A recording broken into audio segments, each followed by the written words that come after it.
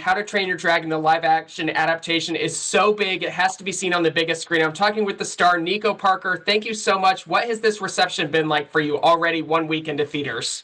I loved that intro. I do think it should be seen on big screens. It's been, you know, it's been a healthy amount of turning my phone off to try and avoid being too indulgent. But the fact that the movie's kind of been welcomed into the world with such open arms and everything has been a real privilege. So I feel very kind of, it's all very surreal, but very exciting.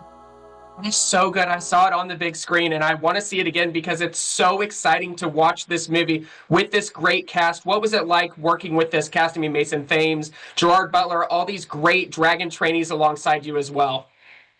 It was truly, I mean, like I do look back on that time of filming as like some of the best times of my life. It was, and that is so much credited to the cast because it was really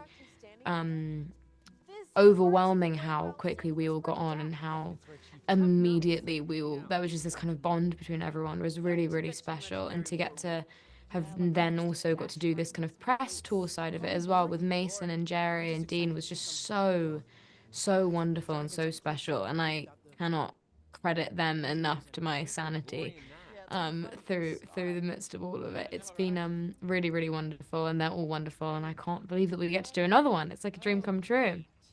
Another one, like you said already, How to Train Your Dragon 2. What are the preparations like in store for that? Because obviously the reception for this one has been just amazing as well.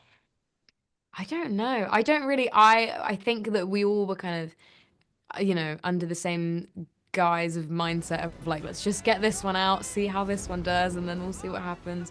But now that it's actually out and we kind of will be, we will actually be back on set soon enough, there is an element of like, oh my God, I have to go back to stunt training again. So that kind of is all becoming real quite quickly. But I'm very excited, and we all would kind of dream of while we were filming the first one, we would always kind of be like, God, imagine if we got to do the second one. Imagine if we got to do all of this all over again. So we'll see how we go. But I'm very excited.